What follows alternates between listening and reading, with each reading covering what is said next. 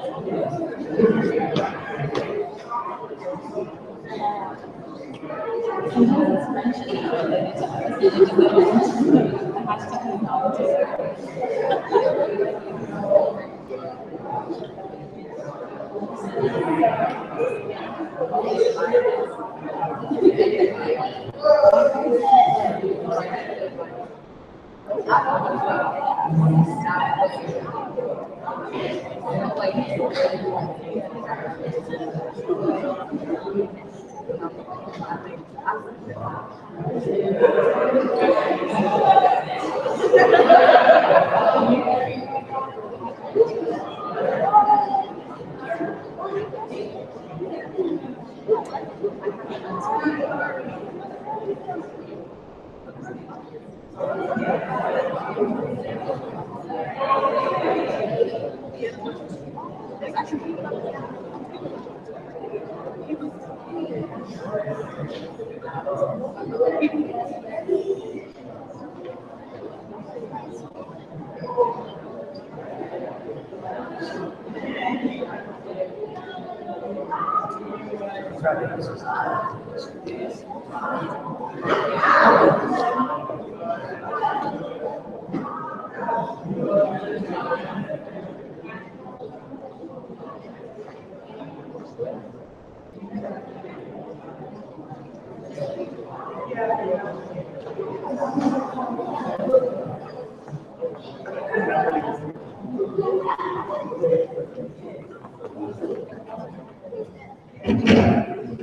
morning. Welcome everyone. My name is Untitled, and I'm the Learning and Engagement Assistant here at the Koshland Science Museum of the National Academy of Sciences. We at the museum, together with our partners in today's events, wish to acknowledge and thank the DC government for their support in bringing all new students here today to join us. We're so grateful for their commitment to science, to education, and to you, their students. We couldn't be happier to have all of you here today. I'd now like to invite Ms. Maya Garcia, Director of the STEM program in the Office of the State Superintendent of Education, to welcome you here and make a few brief remarks. Good morning. If you look up above you, what do you guys see? I mean, I love that you said that, but I was referring to the sky. I was speaking to a colleague in the audience, and I said, our students know what solar panels are, and that in and of itself is pretty amazing, because most of you, if not all of you, are actually in schools that are green schools. Is that correct? There's some sort of green construction or green energy that's happening, and so this is really cool to have you guys here and involved in this today. So I would love to thank, or start off by thanking our host, the Koshland Science Museum of the National Academy of Science, the United Nations, and the Association of Science Technology Centers, who put this event together. We have a number of people in the audience who really made this happen. I'd love for you to give them a round of applause. Also joining us today, we have our colleagues at NASA and NOAA, as well as the Smithsonian Institution, the EPA, and UNEP. And they're all participating and have tables outside, are here to talk with you and engage in this discussion about this really amazing opportunity and this issue. So we're excited about that. But we also want to thank your teachers and yourselves for being here today. So give your teachers a round of applause. Because we know that this day is going to be great because you're here, but we also know that the learning continues when you head back to your schools, especially around this issue. Our office at the Office of the State Superintendent of Education has a commitment to STEM education, but more so than that, our city is deeply committed to environmental literacy. Have any of you guys been on a commute trip on the MCAS yet? Raise your hand if you've ever done a commute trip. Did anybody do something, an overnight experience in 5th grade? No? No? Public transportation, you've taken the metros and the buses? So this city, you may not know it, we have bike lanes, we have all kinds of things going on, and we're really committed to sustainability. And so you are living in a city that really is committed to this work, and that's why we really wanted you here today to be involved in this conversation around citizen science. I'll do another hand raise. How many of you have brothers and sisters? How many of you have followers on Instagram? Snapchat? Great. Okay, great. So this idea of citizen science means that you yourselves can be superheroes of science. It means that your voice gets magnified by how many followers, how many brothers and sisters and family members you can engage in this work. When we download an app and we start looking at the clouds and putting that information in, that means you are actively engaged in changing your world. And that's what we really want to impress upon you today, is that you have that power, more power than I have, because I only have 700 followers, right? And so enjoy today, ask a lot of questions, and we're just really excited to have you here today. Thank you.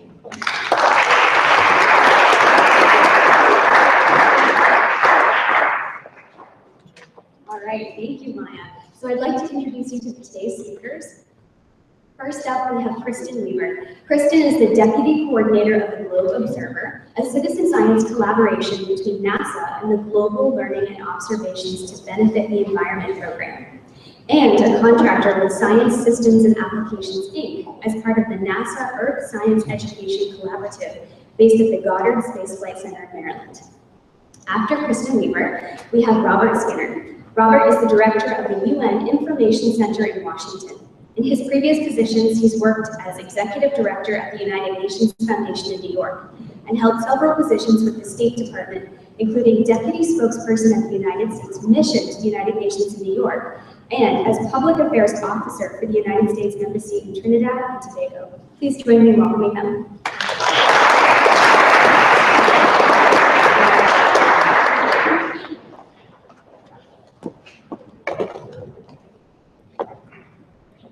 Good morning, everyone. I'm really excited to be here with you today. And my background is actually as a teacher. I was a middle school teacher for 8 years. So younger students than you, but it's always nice for me when I get to go out and about and work with students. And since I do miss that aspect of my job, although I love working at NASA Goddard, I do miss working with all of you young people on a regular basis. So it's good for me. I love getting out here and talking to you today.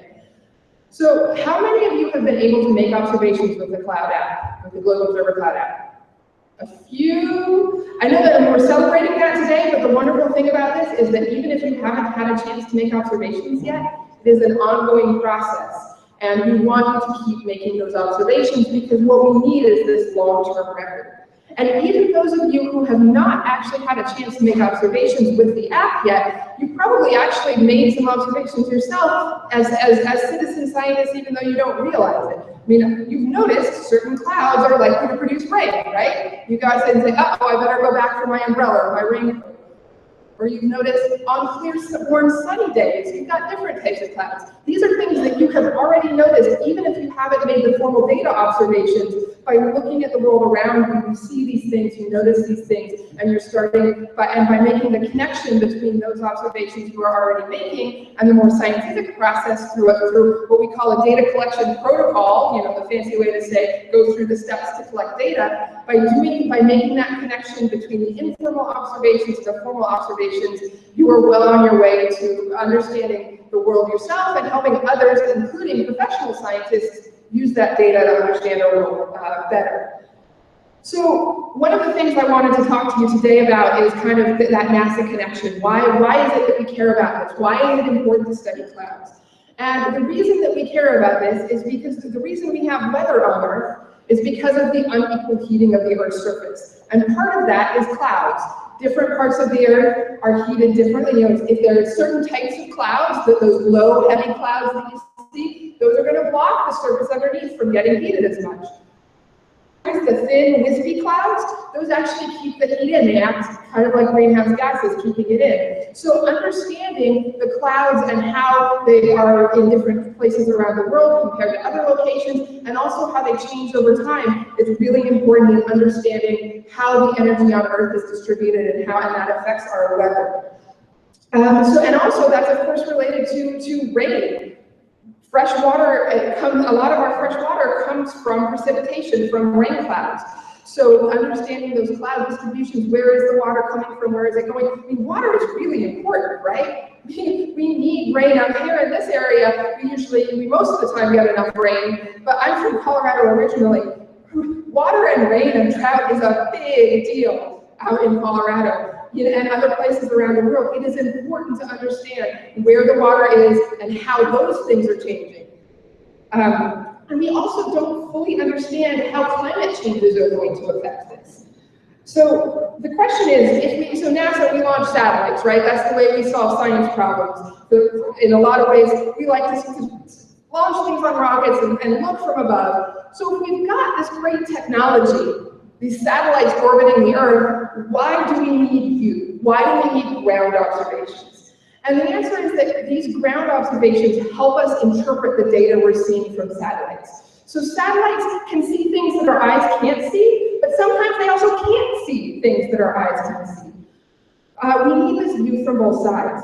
For example, if you've got a snowy surface, A satellite looking down from above may have a hard time telling the difference between what's cloud and what's snow. But a person standing on the ground, snow, clouds. It's really simple. But by having that ground observation, you can help improve the way we interpret those satellite data. Also, we talked about different types of clouds. Some different types of clouds, some clouds are easier to see from satellites, and some are easier to see from the ground. So by having the complete picture from above and below, we actually get better information about what's going on.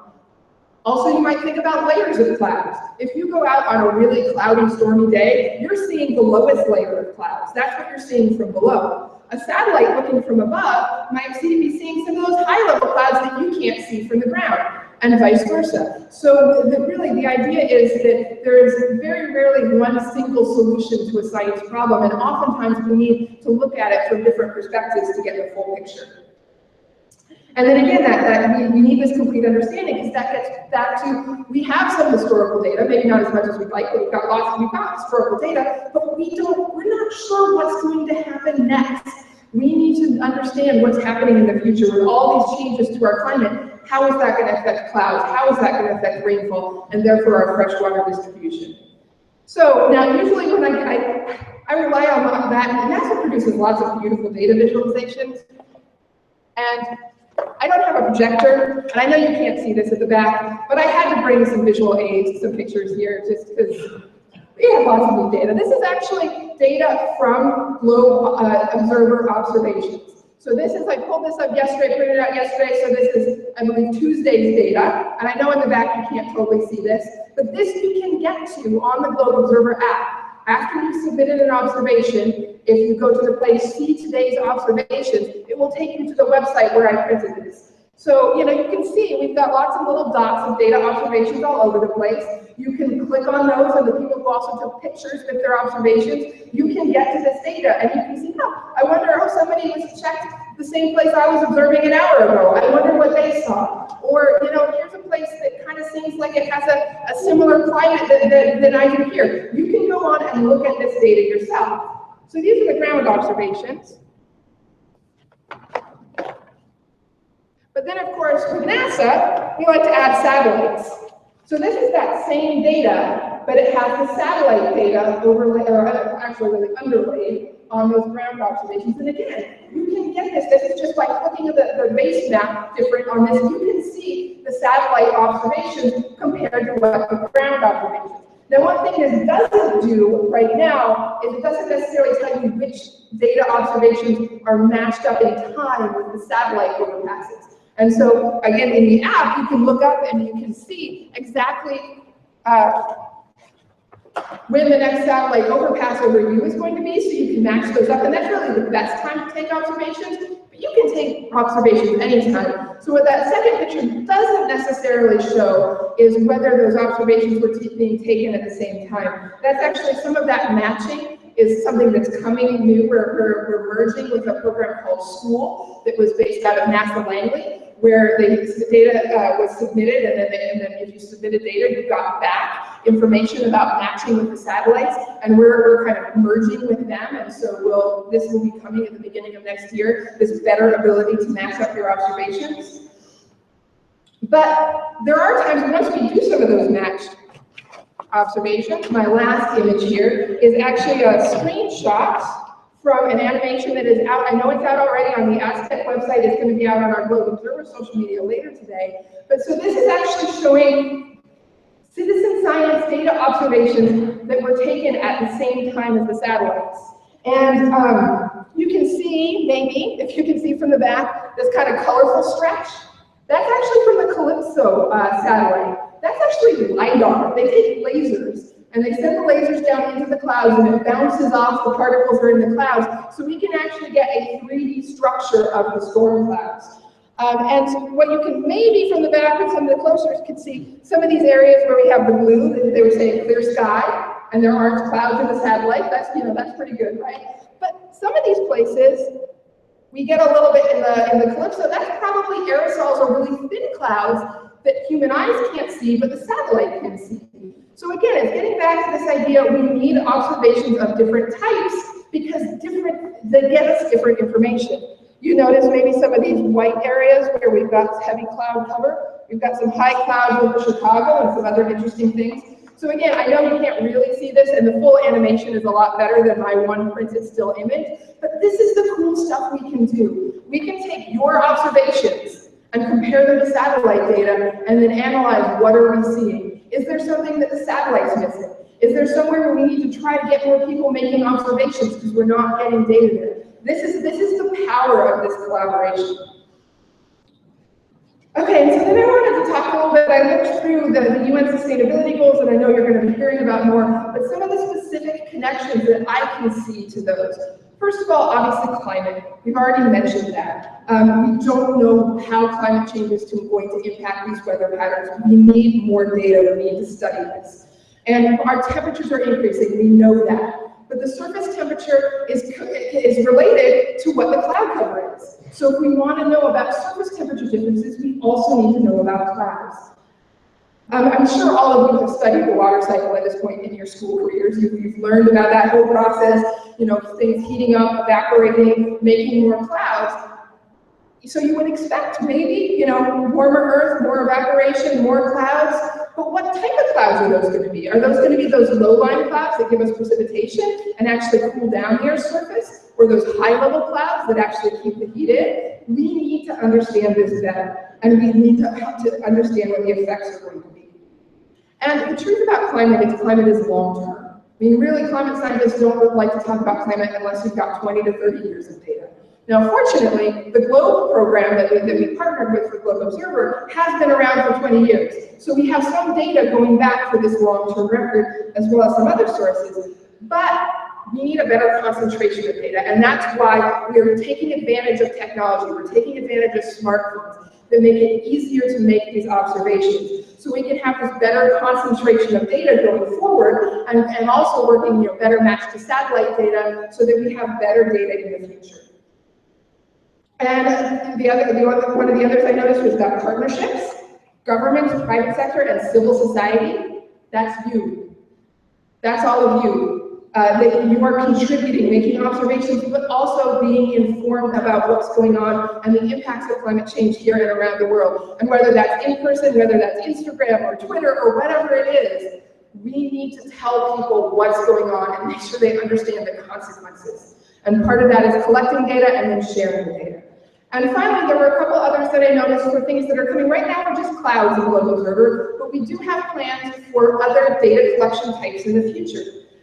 And one of the other sustainability goals has to do with health and well-being. One of our next data observation protocols coming up in the spring will be looking for mosquito larvae in standing water, which, you know, you've all heard of the Zika and the other diseases. Like, monitoring that, there will be a way that you can report that data through the Globe Observer app for mosquito and help you know where the right types of mosquitoes, well, or the wrong types, depending on how you look at it, but the types of mosquitoes that carry diseases, where are they located in your neighborhood? And again, that awareness might mean, oh, I should probably dump out this bucket of water and not let it sit here.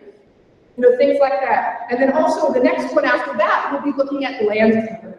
And life on land and forests are really important in relating to climate change. So again, collecting data. We have Landsat satellites that have been taking pictures of the Earth and land cover for 40 years. That's a really long time for satellites.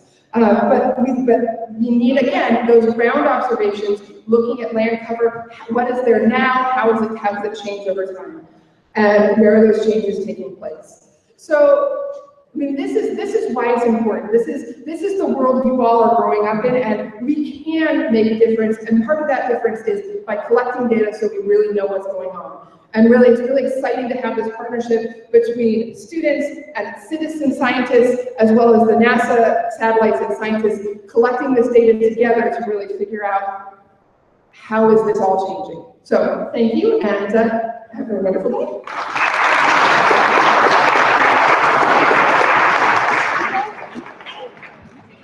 Thanks, Kristen. I feel badly I don't have any amazing visual aids. And after listening to all of you talking as you came in and listening to Kristen, I also am feeling like the least smart person in the room right now. So everyone has to please bear with my lack of science knowledge and awareness. But because you guys are all doing incredible stuff, as is everybody. But I really want to thank Nell for helping us out here at the National Academy of Science. It's been great. Maya and the DC schools, the DC city government have really been amazing. So we appreciate that. The teachers in the room, I know that all of you and DC public schools literally moved mountains to make sure that all of you could be here today. Because when we made the outreach not very long ago to try and make this happen and have all of you here in this beautiful building, with all the amazing exhibits that are outside that you have a chance to see, and try to put it together with the experiment that we knew that it was going to be a large effort from the public schools and from the teachers and from the administrators in those schools to get all of you here. So we really appreciate that. And I'm going to give a special shout out to our colleague in Paris that we just talked to, and actually Ronnie just talked to. Ronnie did a Skype interview to Paris. Thank you. He's a gentleman who is the International Director for the Association of Science and Technology Centers, a gentleman named Walter Stavalos, and we have to give him a thanks because this came together literally because Walter saw that soccer ball over there, which someone will have a chance to win later today, going down the street with our team members. That's my colleague Lee Murphy there holding the ball, who really made this thing happen as well. He saw our Liam and our colleagues walking down the street with that ball and said, "Hey, that's cool. Is that a sustainable development goal soccer ball?" I mean, if you talk about the sustainable development goal, that doesn't sound so cool, I don't think. But you put them on a soccer ball, that's different. I mean, we're trying to do basketballs and other kinds of balls as well, but that's what we have for now. So we're trying to make all of these sustainable development goals something that everyone can understand. I know all of you do. I mean, you're science, technology, engineering, and math students. And so you're into this stuff, but we want to make sure more people are aware of these goals and about the threat of climate change so that all of you can work with them so we have more people engaged and involved. Now, and I've given some thanks to a lot of people. I'm not going to run through and list all the partners again because that's always dangerous territory because inevitably you forget one. But I want to thank all of you, really. You're the ones that deserve great credit for taking on the challenge of being STEM students. It's not easy. Those classes you're taking are not easy. And you have taken it on and are going to make a difference. And so I want to thank you for giving us the opportunity to be with you today, because what you're going to do in the course of your studies and then in the work you're going to do later on in life, you're going to make a difference. You're going to do something that changes the world for the better. And I want to talk a little bit about the United Nations, very briefly about what we do here at the United Nations Information Center in Washington. We're a very small office. And we work with government, with Congress, we work with all these thought leaders and people that make the decisions in government around Washington. And that's, we represent the United Nations here. The United Nations headquarters in New York, all our bosses sit there. But we're here to bring what's happening at the United Nations in New York and around the world, to provide more information about what's going on with all of our colleagues around the world to these people in Washington. But what we care about, and what we're trying to do more and more, is be accessible to you. We want all of you, teachers and students alike, to know that the United Nations is here. We have an office in Washington, and we want to be talking to you. Our office is like 6 or 7 blocks away on the corner of 18th and K. We don't have a lot of visitors, but if any of you would want to come see us, you'd be welcome to.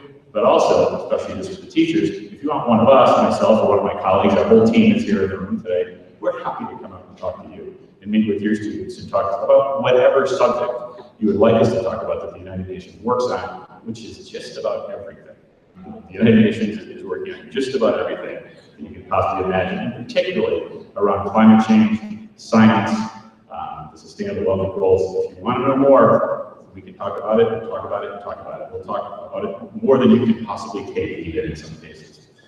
And one of the reasons we're doing that, making sure we're reaching out to students in Washington, D.C., and just around the country, really, as best we can, is because the UN Secretary General, Ban Ki-moon, has made it a priority that young voices are heard. Now, he finishes his tenure as a Secretary General on December 31st of this year, but for the 10 years he's been in office, he has said, we want to make young voices count.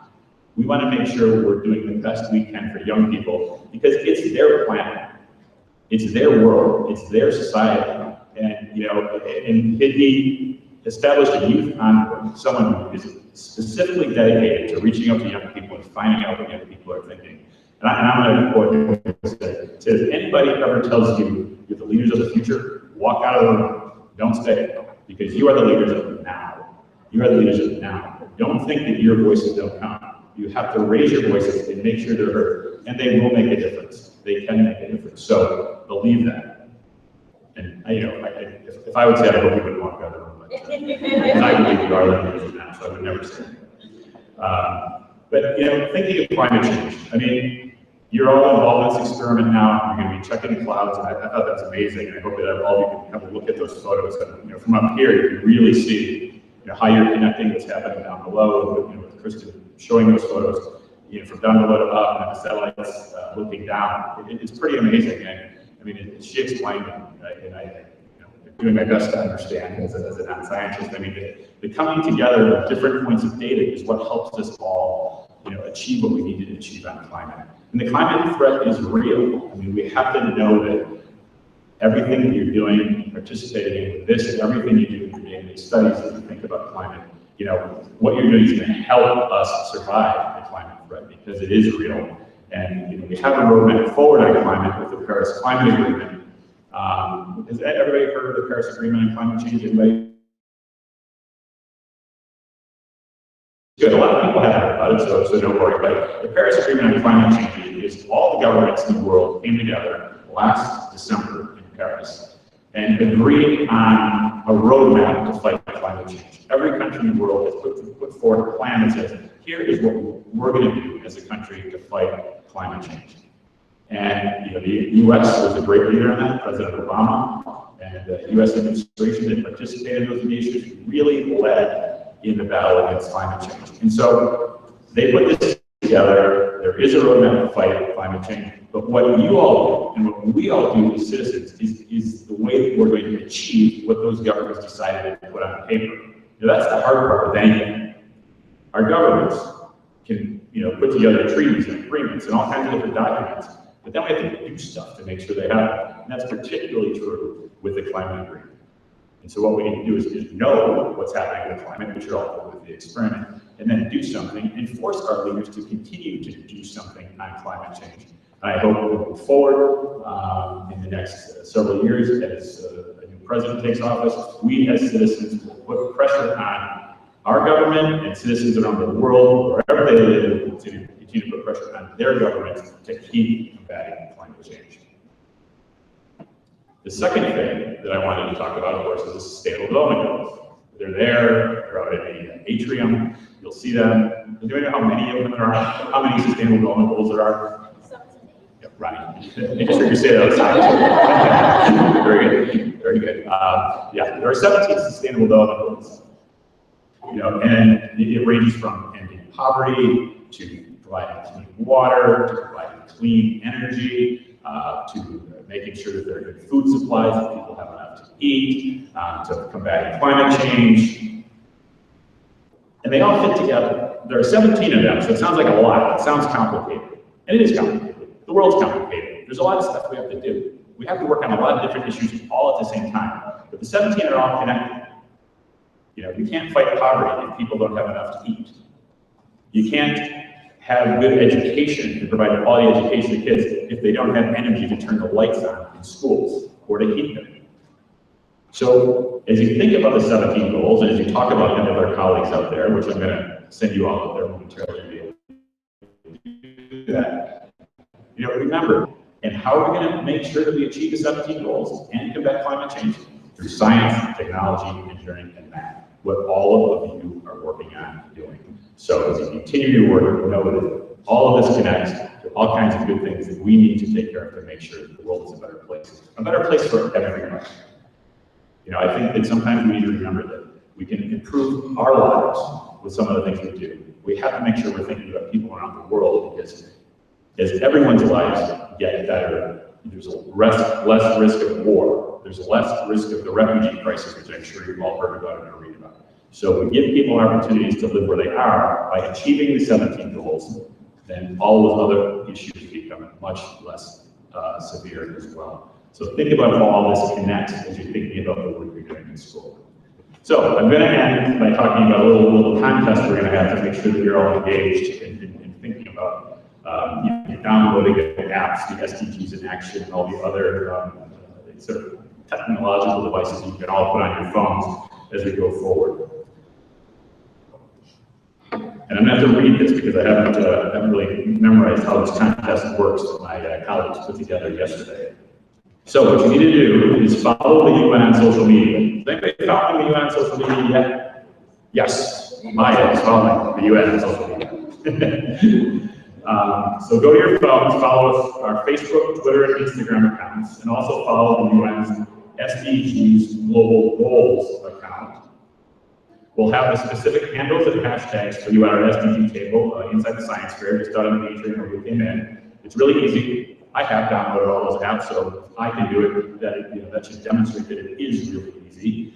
Of course, I had to have my teenage daughters help me do it, but we can all look for help wherever we can find it. And then at the end of today's event, at 12:15, we'll pick 5 of you, our new followers, our new UN followers, to receive gift bags.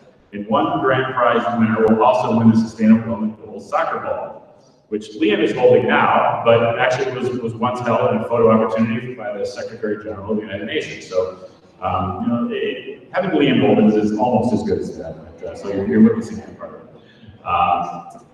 And again, all the information is at the Sustainable Development Goals table outside. You'll see the big banner behind the table, so sign up there. And also make sure to visit all the tables out there. Before I walked in, I went to every table that's out there. The UN Environmental Program, NOAA, the National Academy of Sciences. There's something really interesting going on at each and every table. So take some time, talk to the folks that have come in to meet you there, and make sure you enjoy your experience here in this beautiful building. It's really, I feel fortunate to be here, and I really feel fortunate to be here with all of you. Enjoy the day. Thank you again for being here. It's a real pleasure.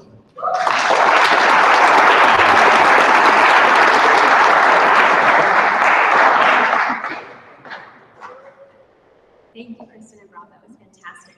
All right, so students, for the next part of this program, we're going to move out into the Great Hall, and we're going to have you go with your schools. So if you just want to take 1 second, Maya and I are going to regroup, and then we're going to send you on your way. All right, 2 minutes. First. I think the girls should eat first, just because. I'm just kidding. I'm just kidding.